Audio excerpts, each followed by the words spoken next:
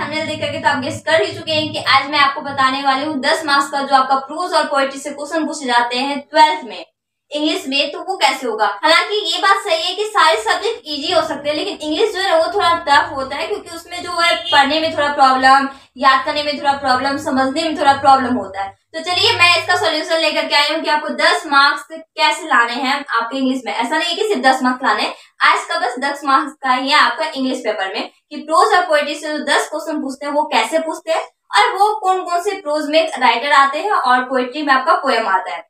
चलिए बिना डिले हम लोग स्टार्ट करते हैं। Hey guys, welcome back to our channel real English literature.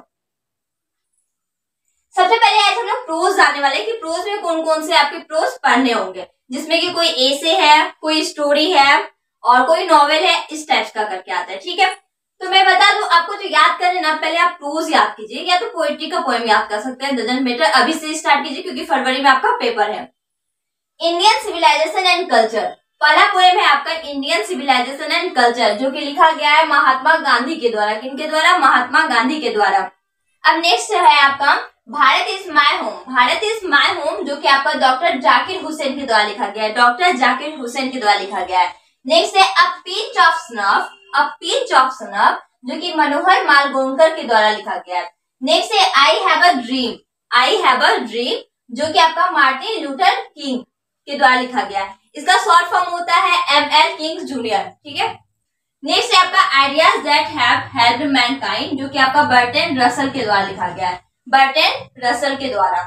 After that the artist Siganoya, the artist Siganoya के द्वारा लिखा गया है। A child is born, Germaine Greer के द्वारा लिखा गया है, a child is born, Germaine Greer के द्वारा लिखा गया है। How free is the priest, Dorothy L Sayers, how free is the priest, Dorothy L Sayers. The earth exhibits, the earth exhibits. Indian through a travel's time, trails buck. Indian through a traveler's time, trails buck के द्वारा लिखा गया है। A marriage proposal, Anton Chekhov के द्वारा लिखा गया है। ये हो गया आपके 11 प्रोज। इन सारे को आपको याद करना है। प्रॉब्लम यह है कि याद कैसे होगा, पहले तो आप जानिए कि इसको पढ़ते कैसे, इसका प्रोनाउंसिएशन कैसा होता है। ये अगर आप जान लेते हैं तो आपको इजी होगा पढ़ने में। इंडियन सिविलाइजेशन एंड कल्चर, अगर कल्चर और सिविलाइजेशन आ गया तो महात्मा गांधी, क्योंकि कल्चर और सिविलाइजेशन के बारे में कौन बोलते हैं? तो महात्मा गांधी बोलते हैं। नेक्स्ट आप याद कर सकते हैं Bharat is my home, home मतलब घर, घर, घर शब्द आएगा तो डॉक्टर जाकिर हुसैन। अरे भाई, डॉक्टर जाकिर हुसैन घर में रहते थे, ऑब्वियसली सब बातें सब घर में ही रहता है, तो आप एक ट्रिक यूज कर सकते हैं। अपना ट्रिक बनाइएगा ना तो वो ज्यादा बेस्ट होता है कि आप अपने ट्रिक के अकॉर्डिंग इसको याद कीजिए। किसी दूसरे का बनाया उसके लिए इजी हो सकता है, पर आपके लिए नहीं, इट्स नॉट इम्पोर्टेंट। तो आप खुद का ट्रिक यूज कीजिए, कुछ भी लगा सकते हैं, मतलब इनमें से कोई सा एक वर्ड याद कर लीजिए। अगर ये वर्ड आपको दिख गया तो आपका राइट आंसर मनोहर मालगुनकर होगा। इस टाइप का करके आप अपना खुद का ट्रिक बना सकते हैं।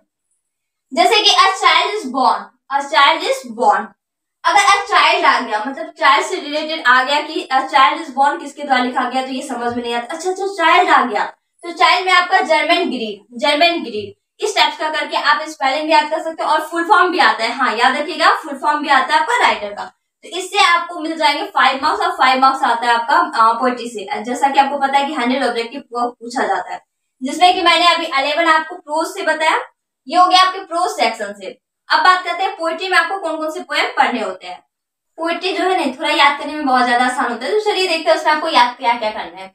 Sweetest love I do not go, sweetest love I do not go, ये लिखे हैं आपके जॉन डन, किसके द्वारा लिखा गया है? जॉन डन के द्वारा लिखा गया है। नेक्स्ट है song of myself, Walt Whitman, song of myself, Walt Whitman के द्वारा लिखा गया है।